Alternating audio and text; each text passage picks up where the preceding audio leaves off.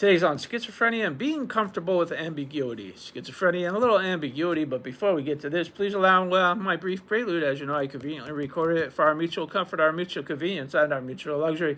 And hey, listen, I'm no spring chicken. I know you're probably thinking right now, is he a spring chicken? It happens all the time. I don't know what it is about me where people think spring chicken, and I say nay, nay, nay. They've been around a few preludes in my many years. I'm telling you, this prelude has got something particularly luxurious, like an ever luxurious hot pretzel. Hello there, my name is Robert Francis. You've stumbled on suspense my there. Conquering Schizophrenia. You knew it was YouTube something channel, hot, but you didn't know what it was, right? That's right.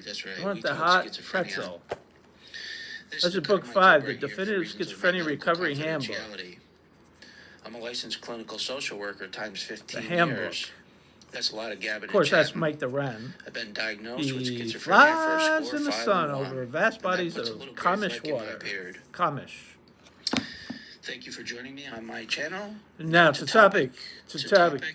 So I have my psychotic reality and my non-psychotic reality, and then I have the one that I say is ambiguous reality, and that is, you go through psychosis, and you're like, after you go through psychosis, you think you were psychotic, but you're really not sure, and then you think about it for a while, and you're like, yeah, I think I was psychotic. But you can never be totally sure, right? And I leave it at that. And I'm very comfortable with not knowing what was true and what was not, because, maybe some things were true and maybe other things were not. We have this psychosis, and we're always like, was it real? Was it what I was thinking? Was it real?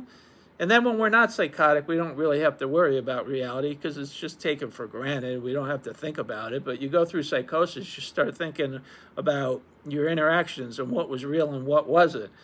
And I go home and I think about it, and it's like, yeah, I think I was psychotic. But then I never know. And then I'm always like, well, I really don't care.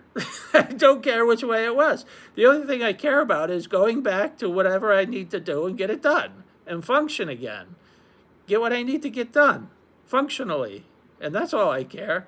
I'm very comfortable with ambiguity. Like, is it real? I have no idea. Probably not, but I really don't know. And I don't need to know. And we don't need to know. As long as we function. And that's very, very luxurious, like a hot pretzel. It's one of those things, I'm like, it will be really, really good, and then I get it and I'm disappointed. One of those foods where you're like, it's Hot Pockets. I'm like, oh man, they look so good. And then I get it, I'm disappointed. Hot Pockets on hot pretzels. I'm always disappointed, but they look so good from the exterior. Give me a hot pretzel, and I'm like, this isn't so good. All right. Enjoy a hot pretzel. We'll see you next time.